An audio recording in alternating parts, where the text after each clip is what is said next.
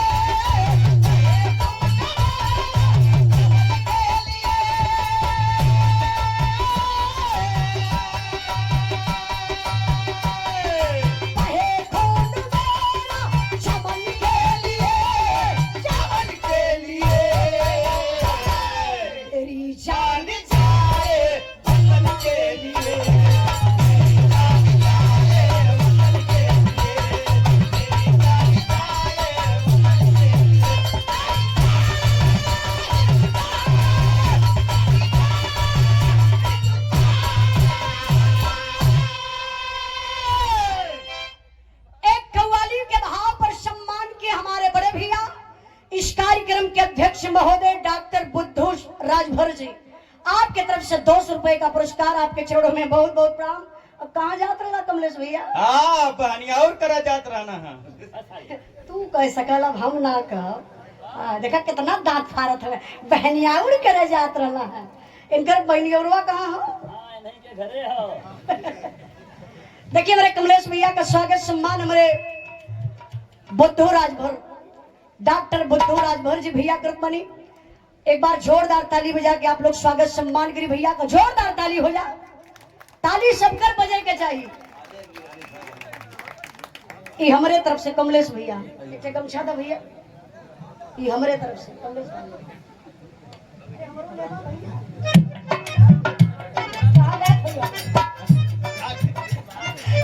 आज मंगलों का मजा बिगावा बजावत रहना हारमोनियम और रतिया में उठ के फिर पानी लेके भागत रहना फिर आवत रहना मुंह पे दोनों चलत रहना तो कबो कबो तबीयत खराब हो जाले आई लेकिन बिरहा में भाव बा कहना बा का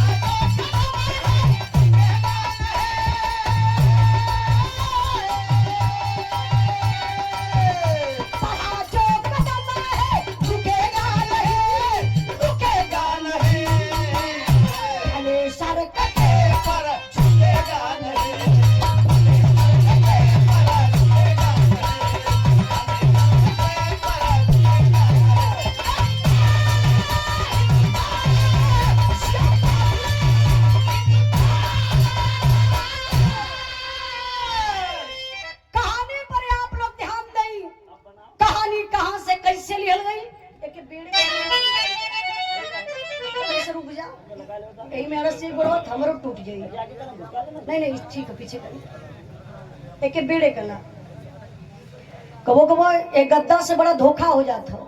ऐसे अगवा बढ़ल लाला गवैया गावे में एक दिन देखली बेचारा जने पीछे गिर गए। अमान के मंच से कई बार कोई जने गिर गलो। मंच थोड़ा से ए भैया कहाँ हटे होकर माइको उधर करो ना। मदन मछली वाले चलो ठीक हमें तेरे गाली में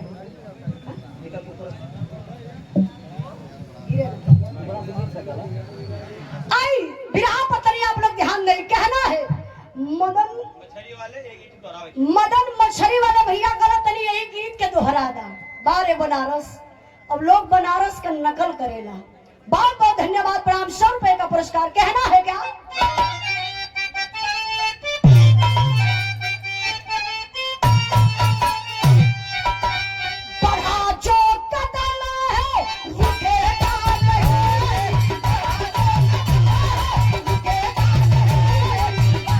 पुरस्कार देके सम्मान किए। आई इधर बिरहा में भाबा कहना बा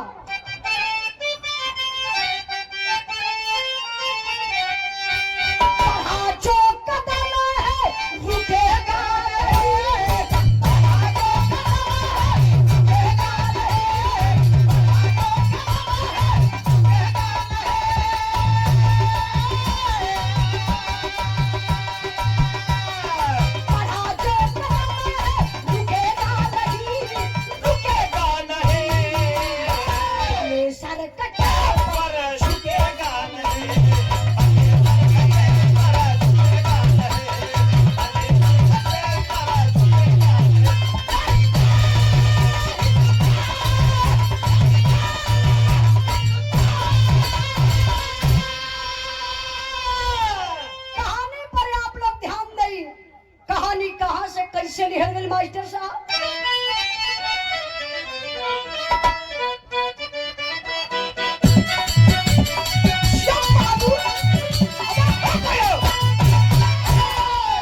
साथी चंग पे जो पीर लड़ने आता है, साथी चंग पे जो पीर लड़ने आता है, अपने शीश पर सजाता है।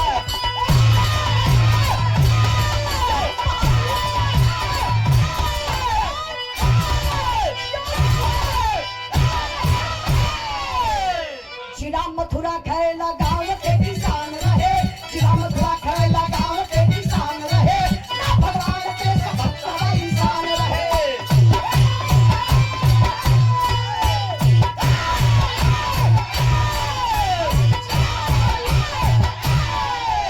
क्या बात है।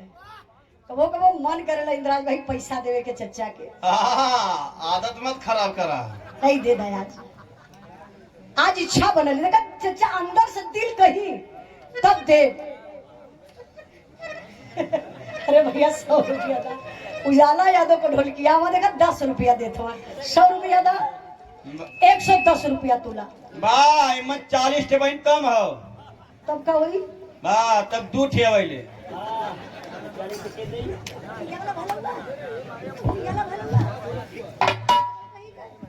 पब्लिक के बीच में कहा 40 टे कम। अभी दारू का बात करा था यहाँ पे रस का बिरहा चला थी। कहानी पर आप लोग ध्यान दें। कहानी कहाँ से निकल गई? हमारे उत्तर प्रदेश जिला मथुरा जहाँ कृष्ण भगवान का जन्म स्थली बा वही मथुरा का रहे वाला गुरुजी एक किसान जेकर नाम बतावल गल भगवान सिंह। भगवान सिंह का इकलौता बेटा मन में बड़ा उमंग बा फौजी जवान बनूंगा देश का सेवा करूंगा। खुली भर्ती निकलल बा। अब बेटा गल भर्ती के लाइन में खड़ा भैल बाबू तो भैल का मास्टर साहब एक लाइन तर्ज लगल है।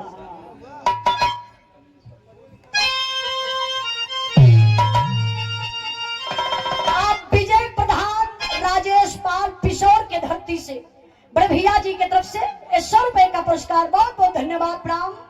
जो हमारे बिरहा में तर्ज बा ए गीत के हमारे जिला का गवैया स्वर्गीय श्याम देव प्रजापति जी गावत रहा आप लोग सुन ली हुई है। हाय हाय हाय हाय आप गुरु जी का लिखल गुरु जी सुत गए का गुरु जी का लिखल बा आप गुरु भारी गुरु जी हम चाहत बनी गीतिया गावे से पहले आपका स्वागत झटके में कह दी। आई आपका स्वागत करी तो उसके बाद हम गीत अपन बोली। सम्मान बहुत जरूरी है यही अपना नेचर है। इंद्राज भाई दा अरे आपो लोग मेहनत करीला तो काम मिलेला। उसे अमानो के गवैया ने के आशा होले उसे हर कभी लोगन का स्वागत कह देवे के चाहिए, कुछ रुपया पैसा गमछा उमछा दे के एक ठे गमछो दे दा। एक बार जोरदार ताली बजा के आप लोग श्याम द प्रजापति जी गावत रहल, उनकर अंदाज अलग रहली, हमार अंदाज बा कैसे मालिक।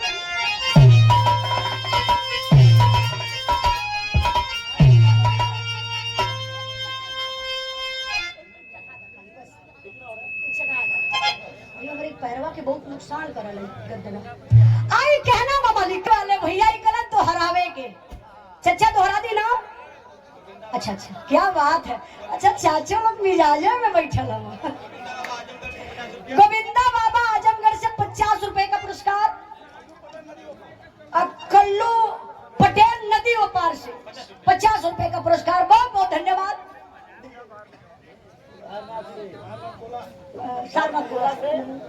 सारनाथ गोला से पूरे कमेटी के तरफ से बिरहा कमेटी बहुत शानदार कार्यक्रम आप लोग करवाते हैं, बहुत अच्छा लगता है।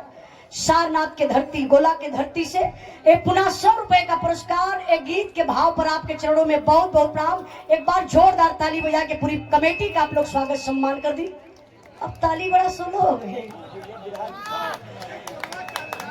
हाँ काला नकल नहा दिया है कि दोहरा दिया। वाह बारह बनारस के धरती।